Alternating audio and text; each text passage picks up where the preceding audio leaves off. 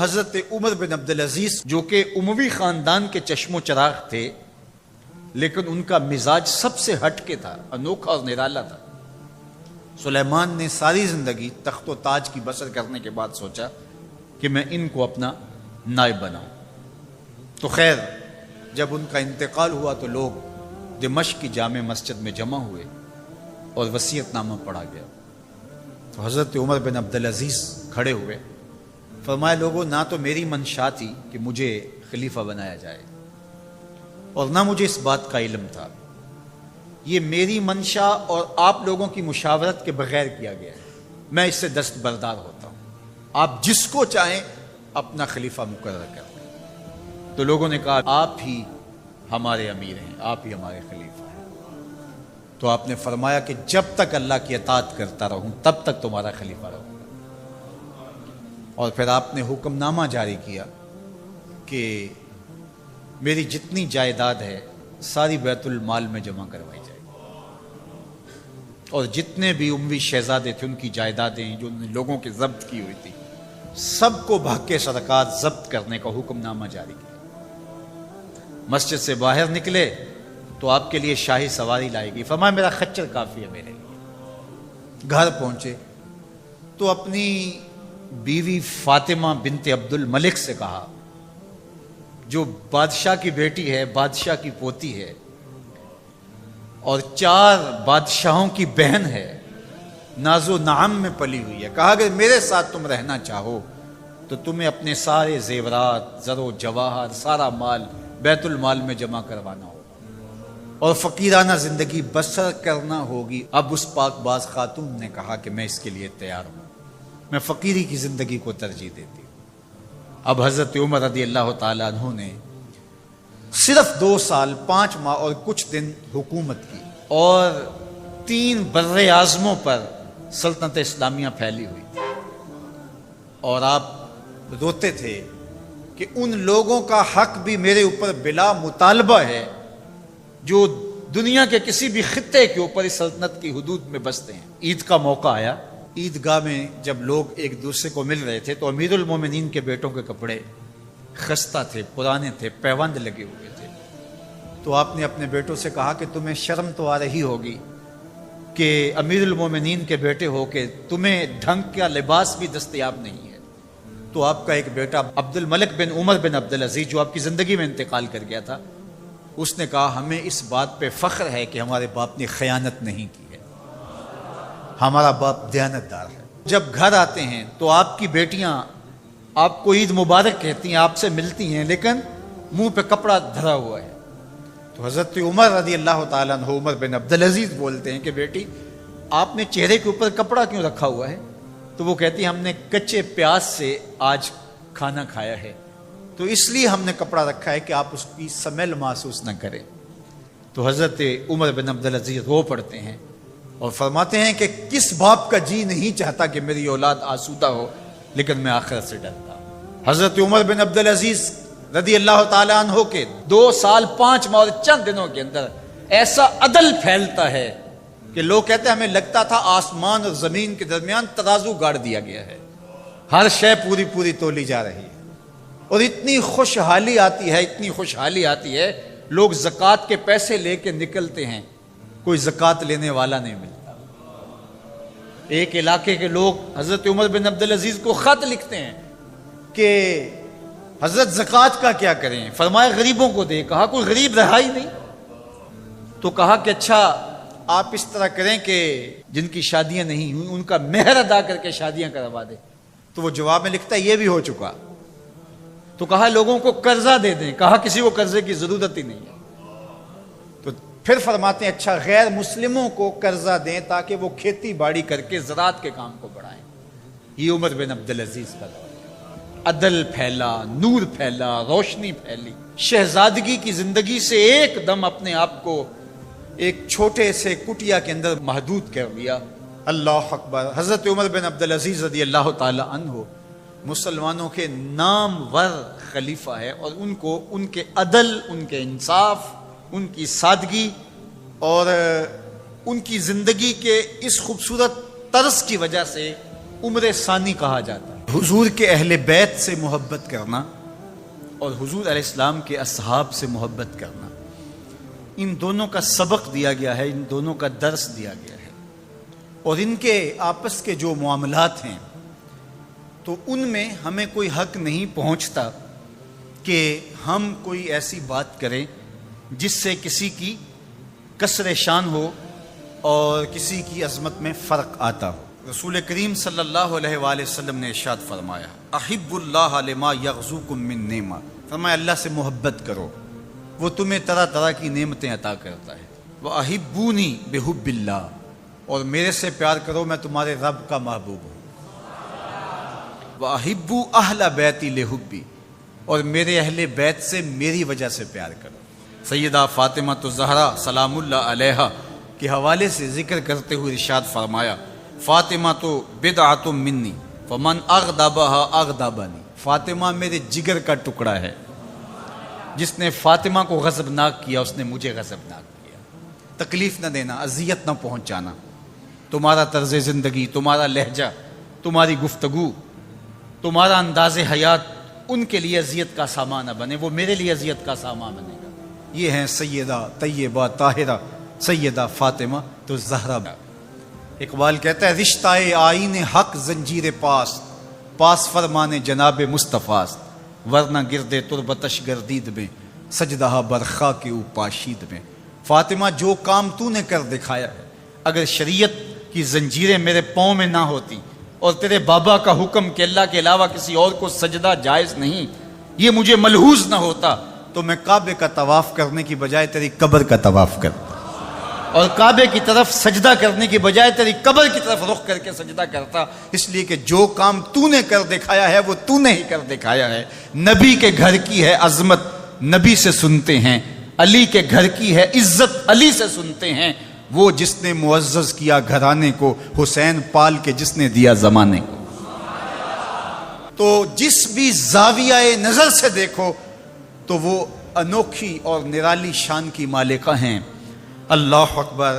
حضرت ابو درداء رضی اللہ تعالیٰ عنہ فرماتے ہیں، کنت جالسا عند النبی صلی اللہ علیہ وآلہ وسلم، ہم حضور کی خدمت میں بیٹھے ہوئے تھے، ابو بکر رضی اللہ تعالیٰ عنہ یوں تشریف لائے کہ انہوں نے اپنی چادر کو ایک سمت سے پکڑا ہوا تھا۔ اب جب یہ آ رہے تھے تو حضور نے ارشاد فرمایا، یہ کسی سے بحث کر کے الجھ کے اس کا کوئی مسئلہ ہو گیا، یہ آ رہا ہے، تو کہا حضور میرا معاملہ یہ ہوا کہ حضرت عمر سے میری شکر رنجی ہو گئی اور میرے سے کوئی ایسی بات نکل گئی زبان سے کہ میں نے بعد میں سوچا کہ نہیں کہنی چاہیے تھی، میں نے معذرت کی لیکن انہوں نے میری معذرت قبول نہیں کی، تو میں وہاں سے اٹھا اور آپ کے پاس آ گیا۔ فقال یغفر اللہ لک یا ابا بکر ثلاثا، حضور نے فرمایا ابو بکر اللہ تجھے معاف کرے، یہ بات حضور نے 3 مرتبہ کہی۔ ثم ان عمر ندم، اچھا یہ تو کہہ کے حضور کی خدمت میں آ گئے، پھر حضرت عمر نے سوچا کہ ابو بکر ہیں اور جلیل القدر صحابی ہیں، تو اگر ان سے کوئی بات ہو بھی گئی تو انہوں نے معذرت کی، تو میں معذرت قبول نہیں کی، تو انہیں بھی احساس ہوا۔ اب حضرت عمر ان کے گھر گئے، حضرت ابو بکر رضی اللہ تعالیٰ عنہ کے پوچھا کہاں ہے، کہا وہ تو یہاں نہیں ہے، سمجھے کہ وہیں ہوں گے، تو وہ بھی پیچھے آ گئے۔ فسلم، اور انہوں نے بھی آ کے سلام پیش کیا، حضور کے چہرے پہ جلال تھا۔ حضرت ابو بکر رضی اللہ تعالیٰ عنہ پریشان ہو گئے کہ حضرت عمر رضی اللہ تعالیٰ عنہ پہ کوئی عذاب نازل نہ ہو جائے، تو ان کے دل میں نرمی پیدا ہوئی، انہوں نے خود اپنی پنڈلیاں بچھا کے گھٹنوں کے بل کھڑے ہو کر کے ہاتھ جوڑ کے بندہ نواز کی بارگاہ میں عرض کیا، حضور میں نے ہی ان سے کچھ کہا تھا، تو 2 مرتبہ حضور کی خدمت میں انہوں نے عرض کی۔ حضور صحابہ سے مخاطب ہوئے، ان میں حضرت عمر بھی تھے، فرمایا میرے اللہ نے مجھے حق کے ساتھ مبعوث کیا، جب میں نے دین کا پیغام تمہیں دیا تو کوئی دلیل مانگنے لگا، کوئی انکار کرنے لگا، لیکن یہ ابو بکر تھے، جب میں نے ان کو کہا کہ میں اللہ کا رسول ہوں تو انہوں نے کہا جانو دل سے مانتا ہوں، انہوں نے کوئی دلیل بھی نہیں مانگی، فوراً تسلیم کر لیا۔ پھر حضور نے فرمایا اس سے اگر کچھ ہو بھی جائے، کوئی سخت جملہ نکل بھی جائے، تو تم میری وجہ سے اسے چھوڑ نہیں سکتے، اس لیے کہ ابو بکر وہ ہیں کہ جب کسی نے نہیں مانا تھا اس نے اس وقت مجھے مانا تھا، اور نہ مال دیکھا، نہ جان دیکھی، نہ اولاد دیکھی، سب کچھ قربان کر دیا، تو آج اگر کوئی جملہ سخت زبان سے نکل گیا ہے تو میری وجہ سے بھلا تم اس کو چھوڑ نہیں سکتے ہو؟ تو میرے اور آپ کے آقا و مولا نے اہل بیت کے بارے میں بھی کہا کہ میری وجہ سے ان سے محبت کرو، اور اصحاب رسول کے حوالے سے بھی کہا کہ میری وجہ سے ان کے معاملوں سے صرف نظر کرو۔ تو صاحب کبھی بھی اپنے آپ کو ان ذوات اور ان ہستیوں کے مابین ہونے والے مشاجرات میں منصف بنا کر کے ترازو گاڑ کے نہ بیٹھ جانا، بلکہ دونوں کی عظمتوں کو سلام کرنا۔ ہم کہیں گے صحابہ آپ کو بھی ہمارا سلام، اہل بیت آپ کو بھی ہمارا سلام۔ حضرت عمر رضی اللہ تعالی عنہ تشریف فرما تھے اپنے دربار میں، تو ایک صاحب آئے اور کہا یا عمر لا تنسا موتک، عمر اپنی موت کو نہیں بھولنا۔ یار بھرے دربار میں کسی کو یہ بات کہی جائے تو اس کا رد عمل کیا ہوگا؟ لیکن حضرت عمر رضی اللہ تعالیٰ عنہ یوں کانپنے لگے جس طرح بید کی شاخ کانپتی۔ اس کو قریب کیا، محبت کی، کہا اگر تو روز آ جایا کرے اور یہ جملہ مجھے کہا کرے تو تیری مہربانی ہوگی، مہینے کے بعد مشاہرہ بھی دیا کرتا۔ روز آتا ہے، بھری مجلس میں کہتا ہے عمر موت کو نہیں بھولنا۔ ایک دن وہ آیا، آپ نے اسے بلایا، محبت کی اور اس کو مشاہرہ دیا اور الوداع کہنا چاہا، تو اس نے کہا کہ میرے سے کوئی گستاخی ہو گئی؟ کہا نہیں، کوئی ایسی بات نہیں۔ کوئی اور شخص آنے لگا؟ فرمایا نہیں۔ تذکیر موت کی ضرورت نہیں رہی؟ فرمایا نہیں، ایسی بھی کوئی بات نہیں۔ تو پھر مجھے چھٹی کیوں دی جا رہی ہے؟ تو حضرت عمر رضی اللہ تعالیٰ عنہ رو پڑے، داڑھی پہ ہاتھ رکھا، ایک بال الگ کیا، کہا یہ دیکھ میری داڑھی میں سفید بال آ گیا، اب تیرے آنے کی ضرورت نہیں ہے، یہ بال ہی مجھے موت یاد کرواتا ہے۔ ہماری تو پوری داڑھی بھی سفید ہو جائے نا۔ میاں صاحب بولے ہڈیاں کمبن گوڈے کھڑکن تے اڑ گیا لک تیرا، ہڈیاں کمبن گوڈے کھڑکن تے اڑ گیا لک تیرا، اجے بھی بدیوں باز نہ آئوں جیو مرد دلیرا، فما اصبرہم علی النار۔ اللہ قرآن مجید میں فرماتا ہے لوگوں کا آگ پر کتنا حوصلہ ہے، کتنی ڈٹائی سے، دلیری سے کہہ دیتے ہیں یہ جہاں مٹھا اگلا کس نے ڈٹھا۔ جب ہم کسی کے جنازے کو کندھا دیتے تو ہم سمجھتے ہیں اسی کے جنازے کو کندھا دیا، یہ نہیں سوچتے کہ یہ وقت ہمارے اوپر بھی آنے والا ہے۔ خیر کن فلاں و غنیمت شمار عمر، زاں کے بیشتر بانگ برایت کے فلاں نماد۔ شیخ سعدی فرماتے ہیں کہ اے صاحب نیکی کر لے اور غنیمت شمار کر اس عمر کو، اس سے قبل کہ تیرے لیے بھی اعلان ہو جائے کہ فلاں بھی چلا گیا۔ پہلے تو سپیکروں میں اعلان ہوتا تھا، فیس بک پہ خبر آتی ہے فلاں بھی چلا گیا، فلاں بھی چلا گیا۔ اس سے قبل کہ یہ آواز آ جائے، یہ اعلان ہو جائے، یہ خبر مشتہر ہو جائے کہ فلاں بھی چلا گیا، تو یہ خبر آنے والی ہے، آج نہیں تو کل، کل نہیں تو پرسوں۔ تو کہا کثرت کے ساتھ موت کو یاد کرو، اس سے تمہارے دلوں کا زنگ اترے گا، تم اپنی آخرت کی طرف متوجہ ہو گئے۔ اور دوسری بات ارشاد فرمائی وَتِلَاوَةُ الْقُرْآنِ، اور قرآن مجید کی تلاوت کرو۔ قرآن مجید کی تلاوت اگر تمہاری زندگی کا معمول بن گیا تو تلاوت ایسا نور ہے جو دلوں کے زنگ اتار دیتا ہے اور اللہ کی معرفت کا رنگ چڑھا دیتا ہے۔ اس لیے دو چیزیں دلوں کے زنگ اتارتی ہیں، ایک کثرت کے ساتھ موت کو یاد، اس کے لیے کوئی نصاب نہیں پڑھنا پڑتا، کسی کے پاس جا کے بیٹھنا نہیں پڑتا، یہ خاموش مبلغ ہے، اس مبلغ کو سننے کے لیے سفر کر کے نہیں جانا پڑتا، اس کو کسی ٹیپ ریکارڈر کے اندر محفوظ کر کے کان کے ساتھ نہیں لگانا پڑتا، کوئی بٹن آن نہیں کرنا پڑتا، اب لائٹ ہے اب سن سکوں گا، اب لائٹ چلی گئی اب نہیں سن سکوں گا، اس کے لیے کوئی وقت متعین اور مقرر نہیں ہے۔ یہ ایسا مبلغ ہے، یہ خاموش واعظ ہے، جب چاہو اس کو سن سکتے ہو۔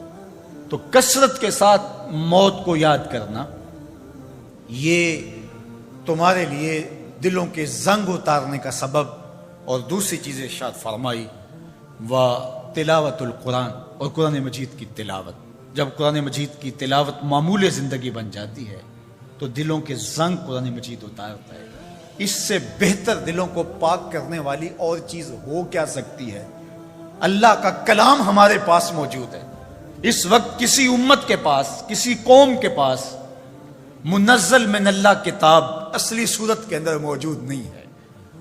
تحریف راہ پا گئی، لوگوں نے کتابوں کے اندر اپنی خواہشات کو شامل کر دیا، مشکل چیزیں نکال دی، ان کے اندر بہت گڑبڑ کر دی، لیکن قرآن مجید کسی زیر اور زبر کے تغیر کے بغیر صدیوں قبل جو سینہ محمد صلی اللہ علیہ وسلم پہ نازل ہوئی تھی آج بھی اسی طرح موجود ہے۔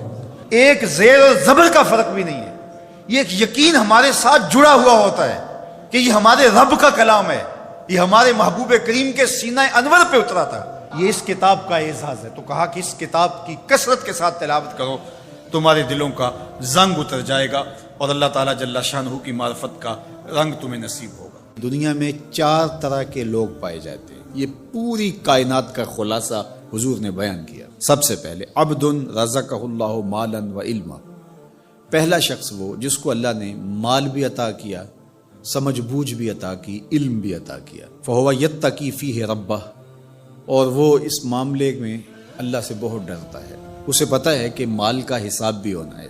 وَيَصِلُ فِيهِ رَحِمَةً، صلہ رحمی کرتا ہے، اپنے غریب رشتہ داروں کا خیال رکھتا ہے، ان کی ضروریات کو پورا کرنے کی کوشش میں لگا رہتا ہے۔ وَيَعْلَمُ لِلَّهِ فِيهِ حَقًّا، اور مال میں جو اللہ کا حق ہے اس کو جانتا ہے کہ میں نے زکوٰۃ بھی ادا کرنی ہے، سائل کو بھی دینا ہے، محروم کو بھی دینا ہے، صدقہ فطر بھی دینا، اس کو اس کے حق کا بھی پورا پورا پتہ، اس میں کوتاہی نہیں کرتا۔ فَهَذَا بِأَفْضَلِ الْمَنَازِلِ، حضور فرماتے ہیں سب سے بہتر جگہ پہ کھڑا شخص اگر دیکھنا ہو تو یہ کھڑا ہے، جس کے اندر 2 خوبیاں ہیں، مال بھی اسے نصیب کیا گیا اور اس کو علم بھی عطا کیا گیا۔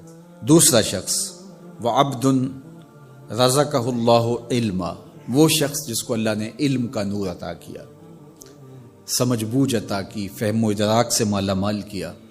وَلَمْ يَرْزُقْهُ مَالًا، لیکن مالی حالت اس کی مستحکم نہیں ہے، بہتر نہیں ہے۔ فَهُوَ صَادِقُ النِّيَّةِ، لیکن وہ نیت کا بڑا سچا شخص ہے۔ یقول، وہ کہتا ہے لو ان لی مالا لعملت بعمل فلان، اگر میرے پاس بھی مال ہوتا تو میں بھی فلاں کی طرح اچھے اعمال کرتا۔ جس طرح اس نے مسجد بنوا دی، اس نے دارالعلوم کھڑا کر دیا، اس نے غریبوں کی مدد کی، تو غریبوں کو دیکھ کے اس کا دل کڑتا ہے، کاش کہ میرے پاس ہوتا تو میں ان کی مشکل حل کر دیتا۔ برہنہ پا لوگوں کو، برہنہ بدن لوگوں کو دیکھ کر کے وہ بے چین ہو جاتا ہے، بھوکوں کو دیکھ کر کے اس کے دل میں آگ لگ جاتی ہے، کاش میرے پاس کچھ ہوتا تو میں ان کو بھوکا نہ سونے دیتا۔ وہ سچی نیت کے ساتھ، اگر اس کے پاس ہو تو وہ ایسا کرے، سچی نیت کے ساتھ وہ یہ ارادے رکھتا ہے اور یہ آرزو کرتا ہے، کاش کہ میرے پاس ہوتا تو میں بھی یہ کرتا۔ اللہ کے محبوب علیہ السلام نے ارشاد فرمایا وہ اس مالدار عالم کے درجے پر ہے، فَأَجْرُهُمَا سَوَاءٌ، ان دونوں کا اجر برابر ہے۔ نامہ اعمال کھولیں گے تو دونوں کا اجر ایک جیسا لکھا ہوگا۔ اب تیسرا شخص دیکھیے، وَعَبْدٌ رَزَقَهُ اللَّهُ مَالًا، ایک وہ شخص ہے کہ جس کو اللہ نے مال عطا کیا، وَلَمْ يَرْزُقْهُ عِلْمًا، لیکن اس کو اللہ نے علم کی دولت سے مالا مال نہیں۔ فَهُوَ يَخْبِطُ فِي مَالِهِ بِغَيْرِ عِلْم، تو اس جہالت کی وجہ سے وہ بہت خرابیاں کر جاتا ہے۔ لا يتقی فیہ ربہ، اور رب سے بھی نہیں ڈرتا۔ مال کی کثرت نے اس کی آنکھوں پہ پٹی باندھ دی ہے، عقل کل سمجھنے لگ گیا ہے اپنے آپ کو، تکبر، رعونت، غرور اس کی طبع میں داخل ہو گیا ہے، غریبوں کو حقیر سمجھنے لگ گیا ہے۔ ولا یصل فیہ رحمہ، اور صلہ رحمی بھی نہیں کی اس نے۔ ولا یعلم للہ فیہ حقا، اور مال کا جو حق ہے اس کو بھی وہ فراموش کیے ہوئے۔ فہذا باخبث المنازل، میرے حضور فرماتے ہیں یہ سب سے بری جگہ پہ کھڑا ہے، یہ خبیث ترین جگہ کا حامل شخص ہے۔ وعبد لم یرزقہ اللہ مالا ولا علما، چوتھا شخص وہ ہے جس کو مال بھی نہیں دیا گیا اور جس کو علم بھی نہیں دیا گیا، کنگال بھی ہے اور جاہل بھی ہے، نہ علم دیا گیا، سوجھ بوجھ بھی نہیں دی گئی۔ فہو یقول، اب وہ کیا بولتا ہے، لو ان لی مالا، اگر میرے پاس مال ہوتا، لعملت فیہ بعمل فلان، تو میں اس کی طرح عیش و عشرت کرتا، میں بھی یوں ہی اس مال سے اپنے نفس کی تسکین کا سامان کرتا، اپنی خواہشات کی تکمیل کرتا۔ تو وہ یہ آرزو کرتا ہے، فہو بنیتہ، تو وہ اس کی نیت پر ہے۔ فوزرہما